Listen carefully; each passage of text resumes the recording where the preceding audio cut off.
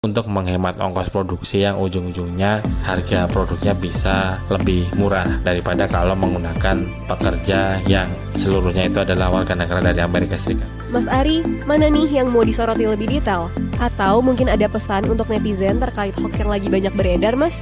Ya, yang mau saya soroti dan pesan khusus ke teman-teman pendengar podcast Cek Fakta adalah soal di peringkat 1 ya, klaim bahwa Apple itu mau investasi ke Indonesia kalau seluruh pekerjanya warga Amerika Serikat gitu. Nah, sebetulnya dari sekilas pun ini sesuatu yang secara common sense, secara berpikir normal itu hal yang sangat sulit untuk terjadi, karena ujung-ujungnya adalah kalau memang produknya Apple itu seluruh pekerjanya, spesifiknya pekerja perakit ya, assembly ya, itu harus warga AS, ya ujung-ujungnya adalah harganya tidak mungkin yang seperti harga produknya sekarang, karena dengan cara outsource menjalankan lini assembly perakitan di luar Amerika Serikat ke Tiongkok misalnya atau ke Vietnam, ke luar Amerika, adalah ya ini untuk menghemat ongkos produksi yang ujung-ujungnya harga produknya bisa lebih murah daripada kalau menggunakan pekerja yang seluruhnya itu adalah warga negara dari Amerika Serikat, Fidelnya. Nah, ini sesuatu yang secara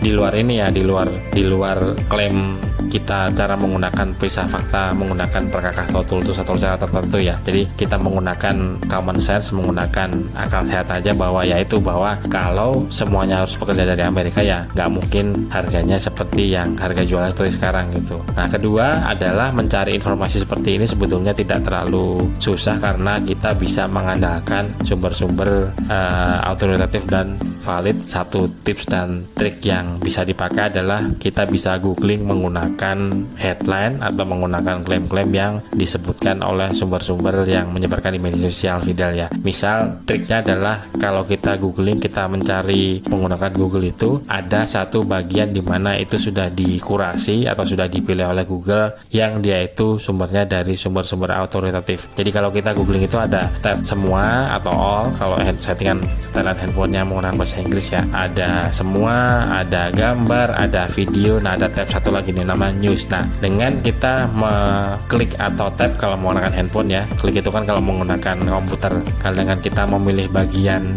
news, nah itu kita akan mendapatkan sumber-sumber yang sumbernya itu biasanya dari media, Fidelnya, dari artikel-artikel berita yang sumbernya itu adalah sumber-sumber autoritatif, valid, dan kredibel. Nah, kalau kita tidak menemukan dari sumber itu, makanya kita bisa cukup percaya diri untuk ini klaimnya salah karena dari sumber-sumber autoritatif media gitu ya, media mainstream yang sudah dipilih oleh Google, di bagian newsnya itu nggak ada gitu. Jadi itu salah satu bantuan dari Google di mana bisa kita manfaatkan bagian atau tab newsnya itu cuma memuat dari sumber-sumber yang kredibel.